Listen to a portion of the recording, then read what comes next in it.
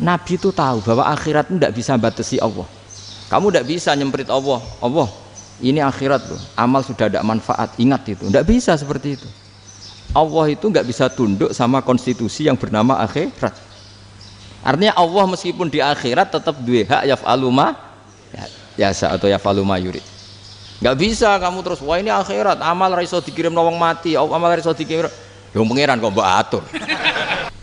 Makanya ada kiai mengatakan kodok qadar ora iso dirubah, itu kamu. Makanya ada seorang kiai ditanya, kodok qadar ora iso dirubah sekali dicatat selesai. Jadi kiai tadi, tapi nak Allah iso. Dalile apa? Yang huwa ma yasha wa yusbit. Nak Allah ya iso, sing ra iso kan kita. Nah, Nabi itu tahu betul meskipun akhirat itu Allah masih bisa dinego saking baiknya. Ya Muhammad irfa' ra'sak wasal tutok wasatu safa. Semat sirahmu angkat, kunjuk apa tak turuti. Terus semenjak itu Nabi minta apa? Syafaat. Karena dulu ulama itu sudut pandangnya itu ya seperti itu. Ada yang ulama suka ibadah itu sholat, ada yang milih apa tidur. Sampai Imam Ghazali bilang suatu saat ibadah terbaik di zaman akhir itu tidur kan. Sholat saja kalah sama tidur kan. Tapi itu loh ya, yang wajib tetap loh, terus kamu gak sholat wajib. Begini beliau mencontohkan itu. Ada orang sholat tahajud terus obsesinya itu ingin hajatnya terkabulkan. Sementara yang tidur obsesinya nikmati rahmatnya Allah, boleh tidur, bisa tidur. Kata Imam Ghazali, timbang kita tahajud terus nuntut pangeran aduk turu katanya. Mergo engko di akibat terus setan memberi bisikan, lo nyatanya kamu tahajud ya gak terkabul. Berarti cerita bahwa Nabi ngendikan kalau doa tahajud mustajab enggak. Daripada ngono ki aduk turu ora tau donga. Timbang abri-abri Islam ya, timbang elek-elekin apa? Islam. Jadi ulama itu mulai dulu itu sudah berpikir. Banyak orang menjadikan tahajud, sholat malam itu media untuk hajatnya. Dan kalau nggak kesampaian ini mutung. Nyalahkan kiainya ijazah ramandi. Macam. Daripada ngono ora usah apa? Tahajud wis turu. Dan jenis kayak ini tuh banyak. Makanya ulama kayak saya itu saenake dhewe itu ya jarak. Saya sering didolani muhibbin terus bilang Gus saya doakan gini-gini saya mau nyalon bupati atau saya gini. Saya bilang gak waduh orang dongo, nak ramandi darani ulama dongane ramandi. Nak mandi kamu jadi bupati tetap nganggep karena beli. Sopo sing ora roh bupati saya gak beli. Ribet kan? Ketika mereka jadi ngunsurkan doa kamu apa karena kemarin beli? Yang beli maksudnya nggak beli nggak usah tersinggung. Jadi ribet ngadepin. Nggak artinya gini loh, doa itu jangan dipakai begitu loh. Kalau minta nasihat tak nasihati jadi bupati yang baik, gubernur yang kalau minta doa itu resikonya.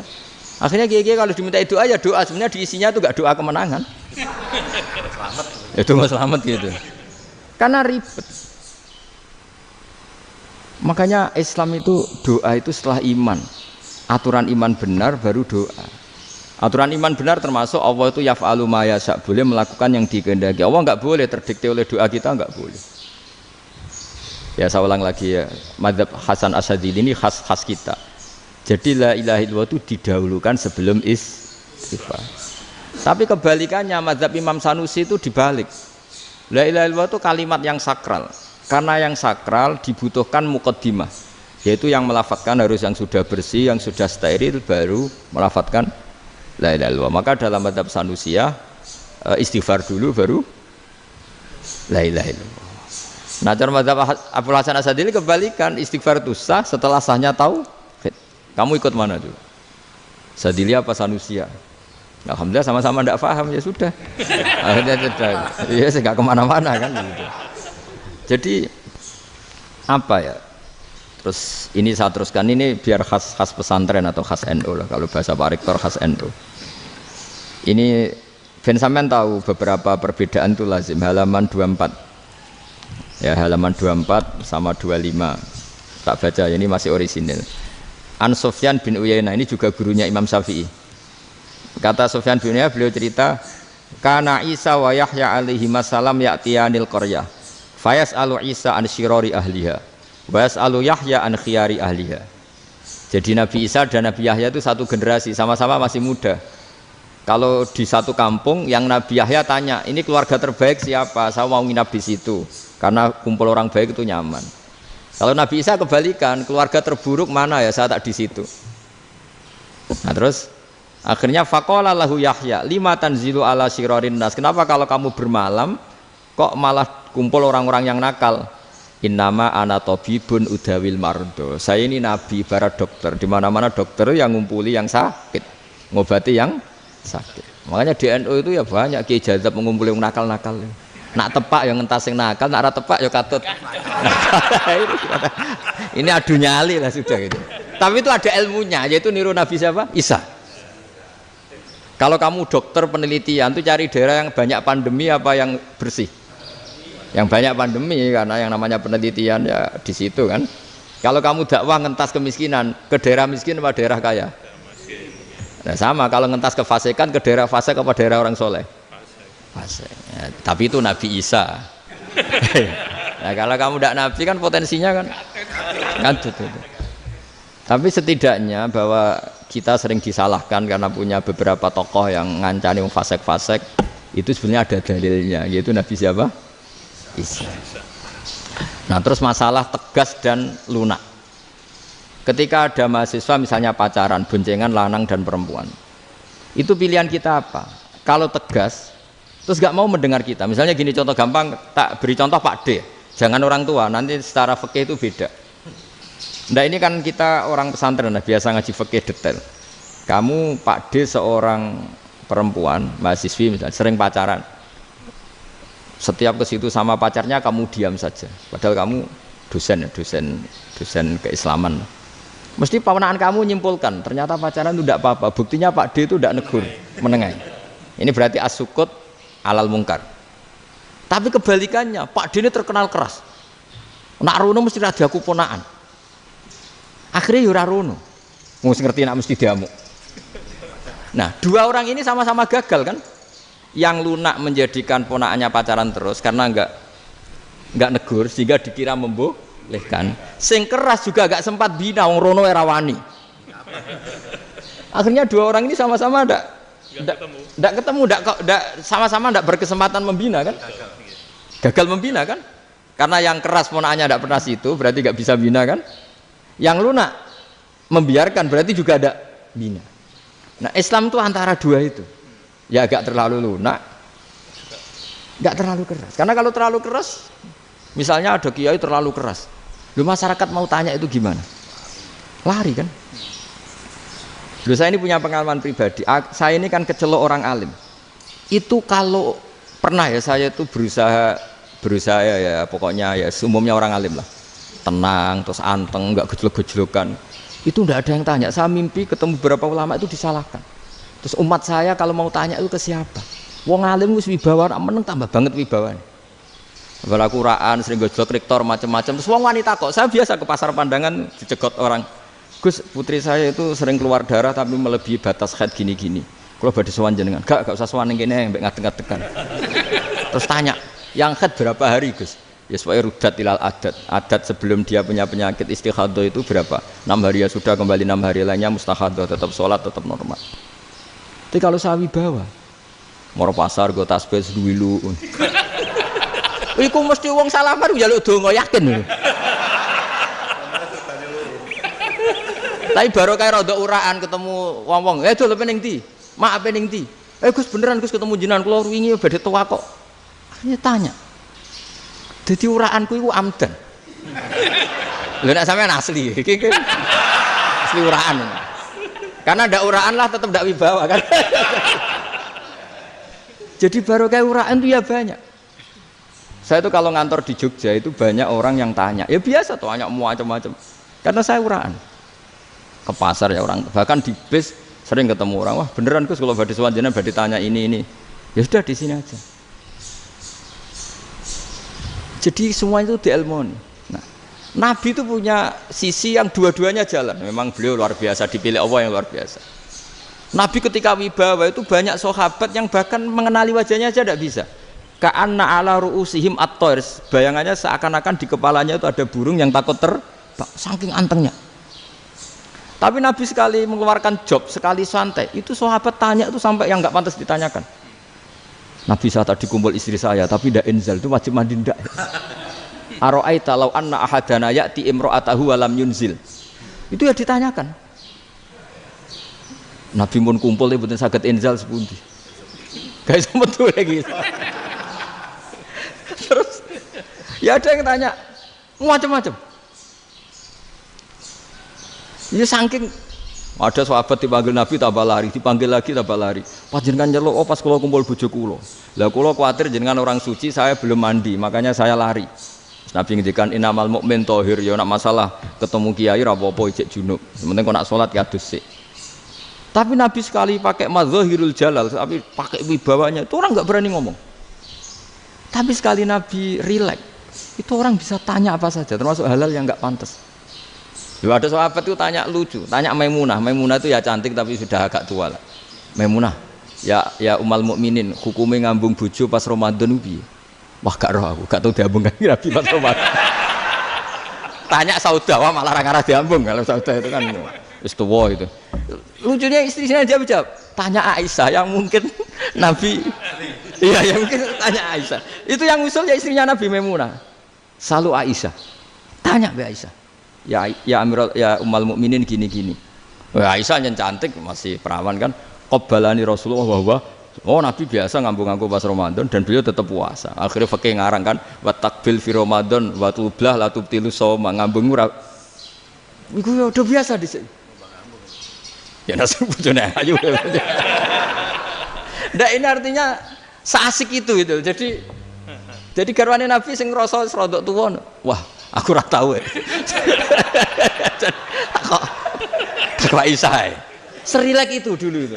Maksudnya orang Islam pertentangan itu. Maksudnya ini ya balik semua ini bedanya orang pesantren sama orang kampus. Kalau orang kampus mau cerita agama itu rahmatan lil alamin, tapi nyontokno rileke ora iso. Agama itu rilek, tapi nyontokno rileke ora iso. Mergo ya rapati ngaji. Contohnya ora iso, dadi mau gawe kaidah kok Islam itu rahmatan. Jadi Nabi itu lah, Allah juga gitu.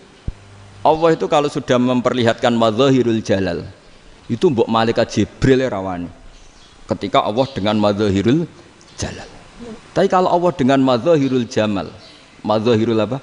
Jamal. Iku yo gojol-gojol kan ambek makhluke gojol. Yo buli-bulian cara sakniki.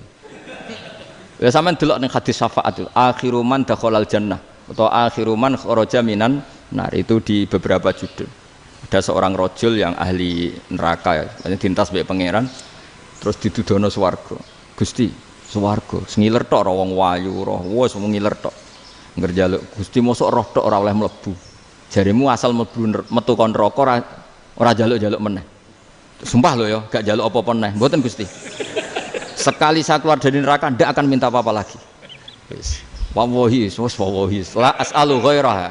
Mesti ghaira khoslah, ghaira tilkal khoslah. Ya niku pokoke selain keluar dari neraka saya ndak akan minta lagi. Didono swarga wong do kelon seru wibet kan. Sing bojone elek kan dendam dadi ning swarga iku. Swarga wis macam-macam. Gusti mosok roh tok ora oleh mlebu. Jarine janji ra njaluk meneh. Akhire ya wis didelokno neraka. Jadi pangeran jawabe gampang didelokno neraka. Roh neraka begitu menyakitkan, begitu ngeri. Sudah Gusti saya ndak minta surga, sementing enggak masuk neraka. Rabbana srif anna adzab jahannam. Setelah lama itu diadepno swarga njuk mlebu swarga, terus diadepno nang neraka. Akhirnya ya sudah. Saiki mlebu swarga gak apa-apa. Iku jawabe lucu. Atas taziu jenengan ngenyek kula. Wong karuan ahli swarga kok mlebu swarga. Terus akhirnya mlebu swarga, kan mlebu swarga tamanna, sangen-angen sing mbok jaluk apa? Orang angen-angen yang indah-indah, laka wa asratu amsal ya siku tak turuti wa asratu amsalih lan lipatan ke-10. Jawabe wong lanang ya lucu. Atas taziu bi wa anta rabbul alamin. Jenengan pangeran kok ngenyekan. Maksudnya wis karuan aku ora pantes. Terus jare pangeran la astazi'u bika walakinni alama asya'u qadir. Aku gak ngenyek kowe, pancen aku pangeran. Nuruti kowe iku iso. Jadi Allah sendiri ketika dengan madzahirul jamal itu malaikat ya ono sing wani bantah. Masyhur itu kan malaikat sing bantah pangeran ataj alufiya mayufsidu fiya wasfikut. Karena Allah dengan madzahirul jamal. Sing paling masyhur Nabi Musa.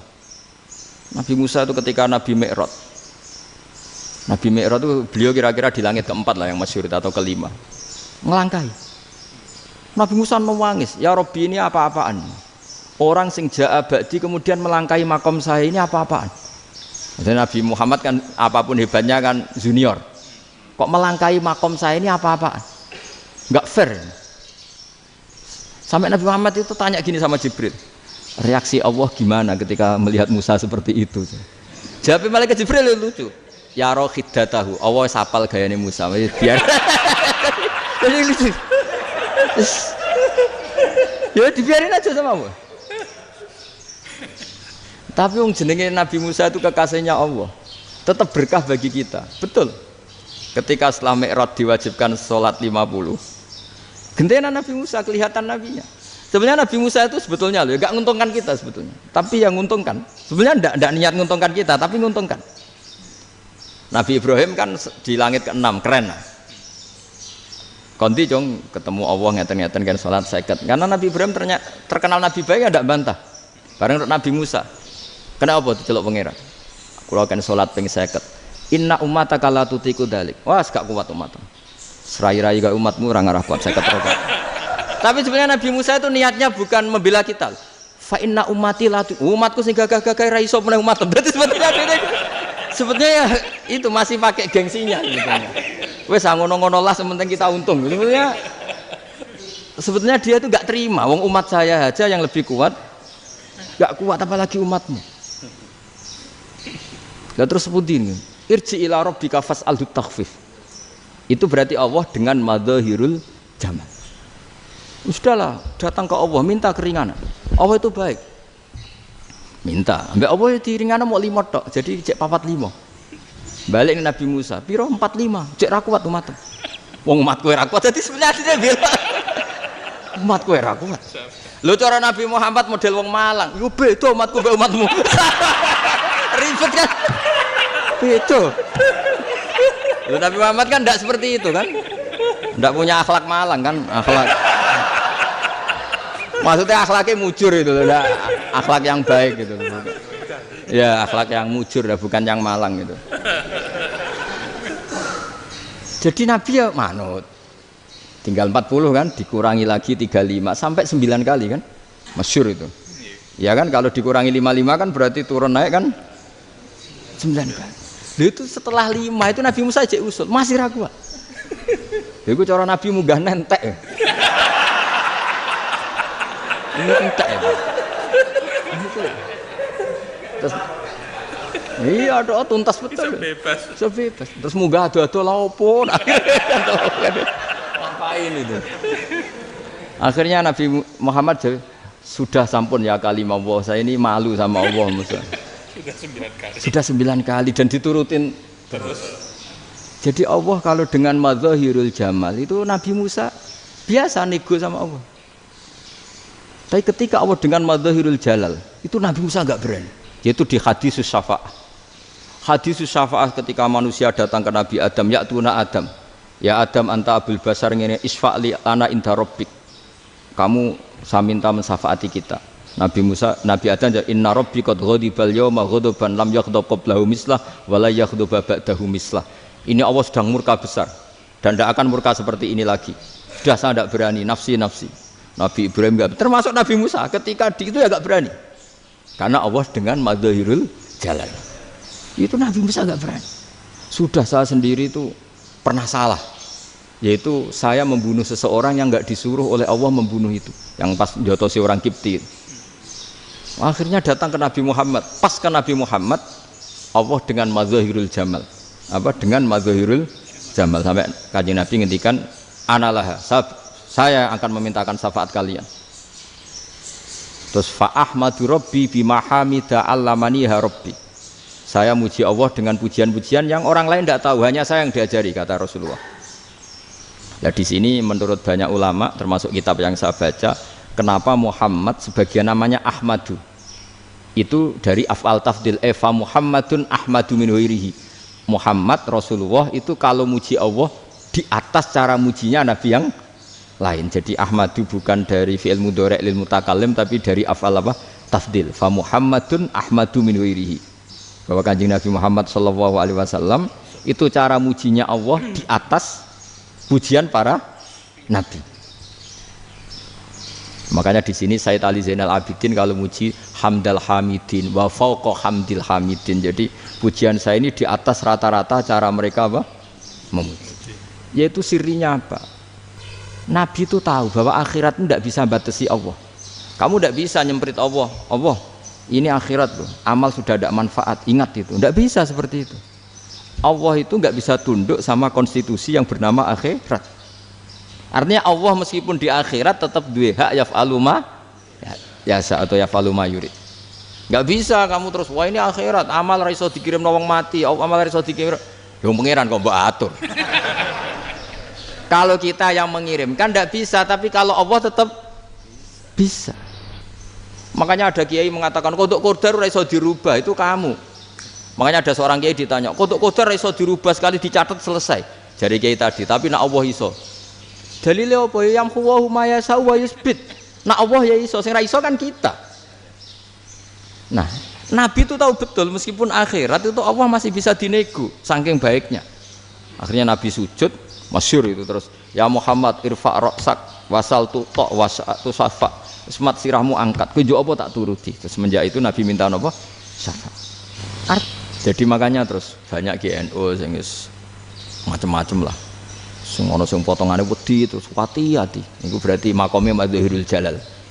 Ana sing amen guyon nek makome Madhahirul Jamal. Ana sing ra jelas ngene iki, sing ra jelas. Nak guyu buanter kok nangis yo buanter.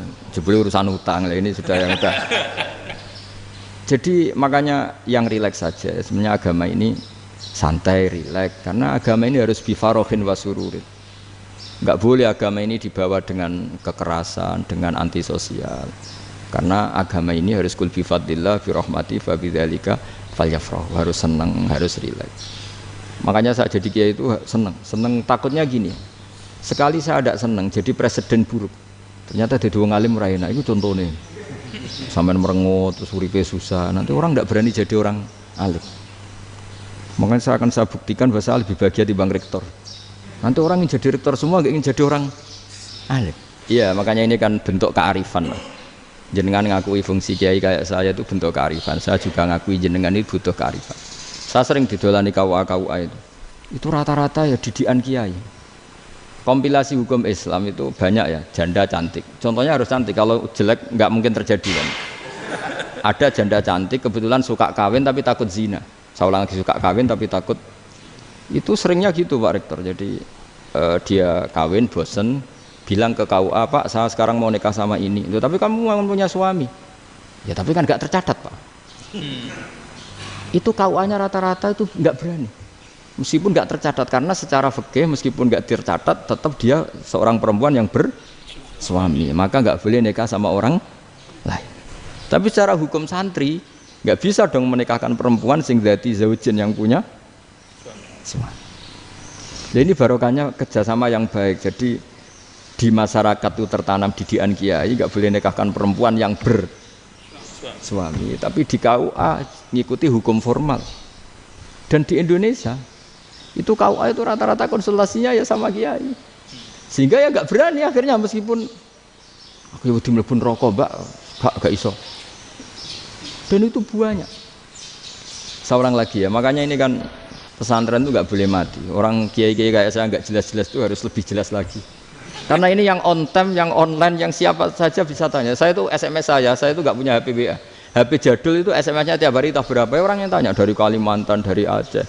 Gus di kampung saya ada masjid 2 itu yang sama, ada yang dari orang perkotaan, Gus di perumahan baru ada masjid, yang Jumatan baru orang 12, sah enggak? Ya langsung saya jawab, sah. Dalilnya ini.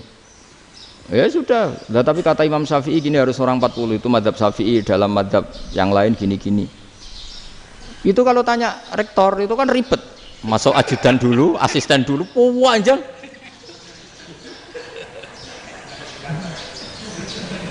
Wah itu kan ribet kan? Manggil dosen dekan VAI dipanggil, dekan VAI nggak mau langsung jawab, cari dosen yang nekuni itu.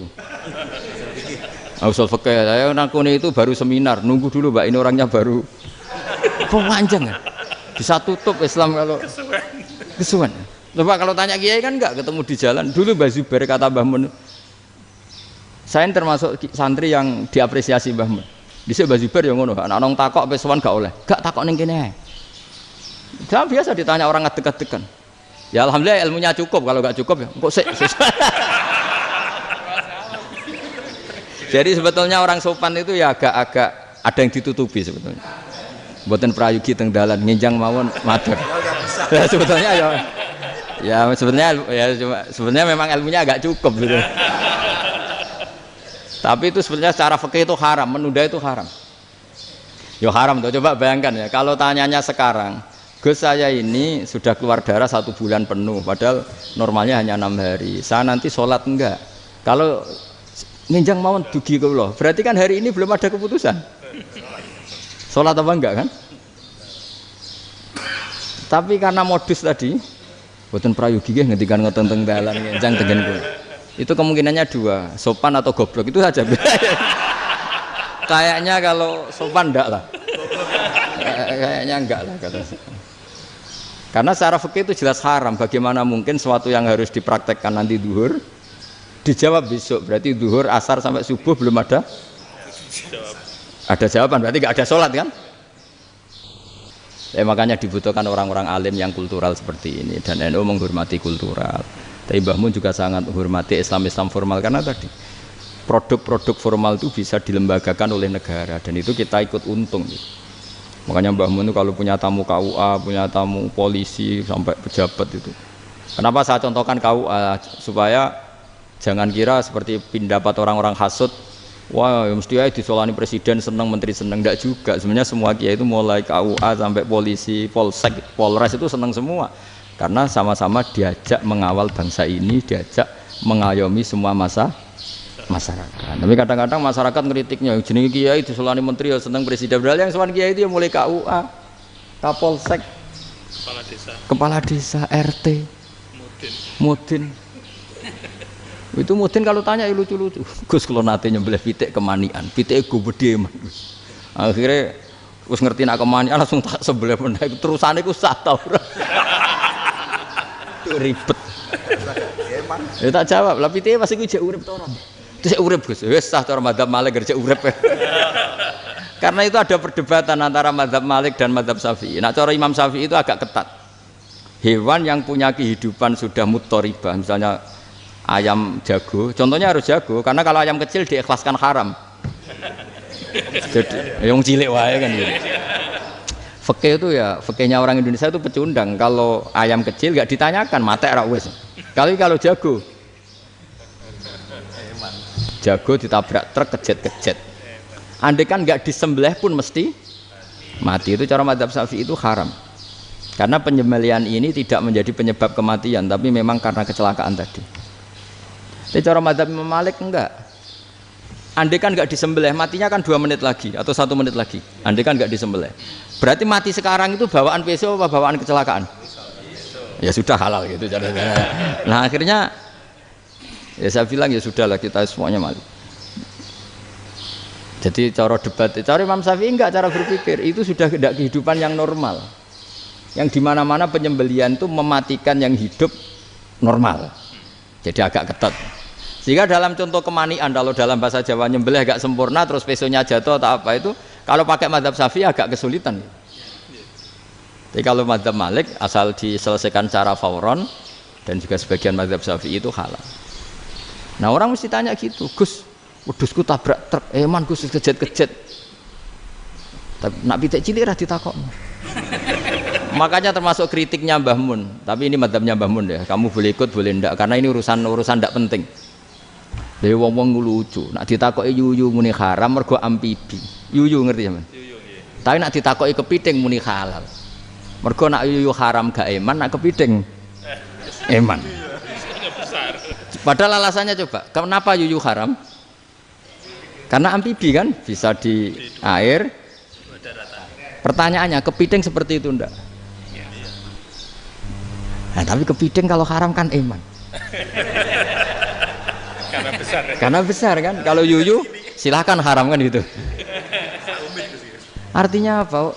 Fikih kita ini agak-agak pecundang gitu, agak-agak pertimbangan. Iya, ini lucu kan? Kualitatif. Coba alasannya yuyu haram karena apa? Amfibi kan? Hidup dua alam. Pertanyaannya kepiting seperti itu enggak? Iya. Iya, kenapa kalau orang tanya, yuyu haram apa halal? Rata-rata jawab haram. Tapi kalau kepiting mulai khilaf. Loh mestinya kan sama kan? Nah itu Karena unsur imannya. iya tadi. Saya juga sering melihat tonggo-tonggo itu. Ayam cuwilik sakmene ketabrak truk, enggak ada yang tanya. Tapi saya pernah jalan-jalan di Naruan sini. Ono jago ketabrak, sing duwe langsung marani kula pas saya naik motor. Gus ini halal apa haram? Nak langsung kula sebelah halal apa haram? Wis kanggo kowe halal ya halal. Karena saya tahu tak jawab haram mesti kecewa itu. Aduh. Akhirnya kiai ini beratnya kan. Ya akhirnya ya saya setelah itu mate Imam Syafi'i ngapunten umat kula tuh ora siap mangke madzhab jenengan tuh ndak siap. Untuk mazhab ini tidak sama. Iya kan akhirnya pakai madzhabnya Imam Malik tadi. Ya tak Fatihah Imam Syafi'i ini mboten niat nglawan jenengan. Tapi ngobati tiang eman. Mergo pitike besar itu. Jadi ini kan cerita ya itu makanya yang rileks saja lah bahwa Islam ini yang rileks, yang menyenangkan karena ya agama ini harus menyenangkan. Raditu billahi robba. Raditu itu seneng banget, ridho itu puas. Enggak boleh beragama pertuntungan terus emosinan, ya marem atau raditu itu marem jadi yang nyaman. Ya saya kira demikian. Assalamualaikum warahmatullahi wabarakatuh.